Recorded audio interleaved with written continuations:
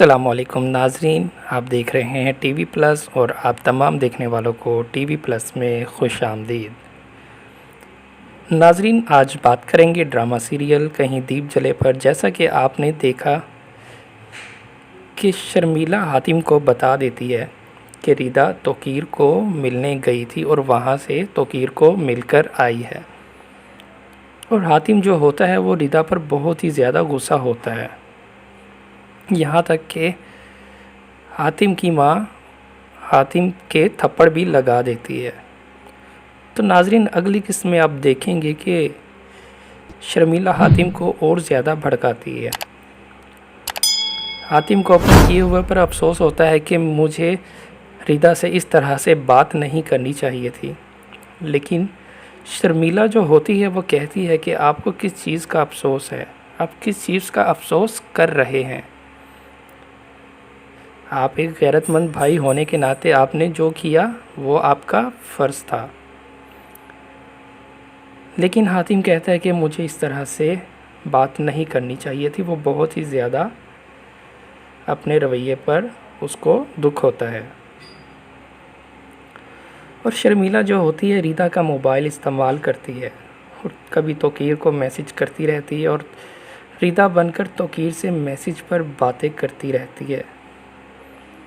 फिर एक दिन तोकीर रिदा को फ़ोन करता है और मोबाइल रिदा के पास ही होता है, लेकिन रिदा उसके फ़ोन को इग्नोर करती रहती है।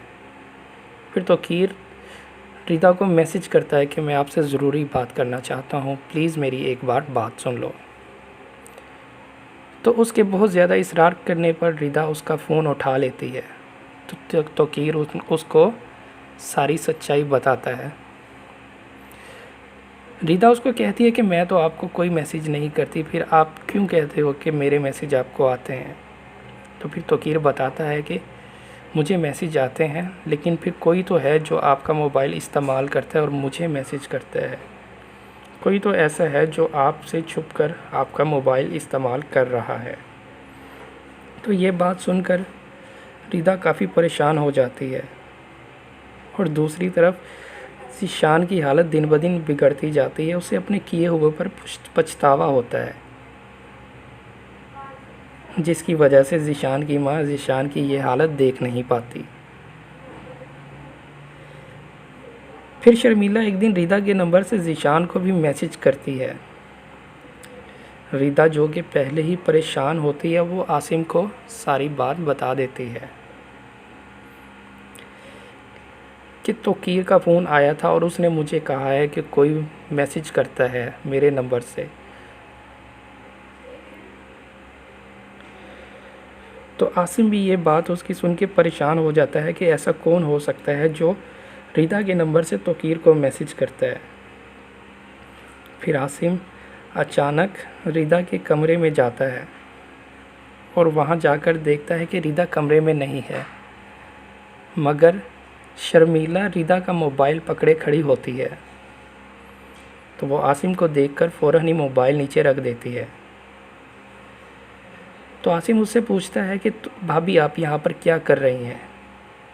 रिदा कमरे में मौजूद नहीं होती उस वक्त।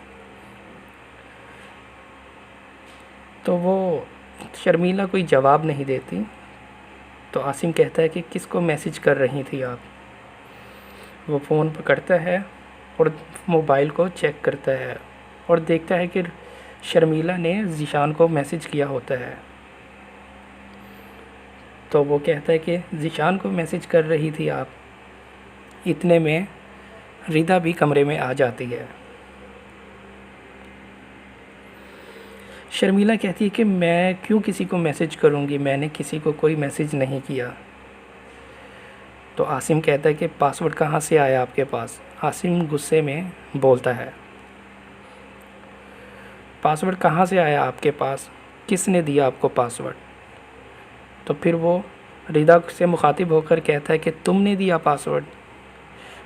लेकिन रिदा हैरान रह जाती है और सब कुछ हैरानगी से देखती है कि क्या हो रहा है।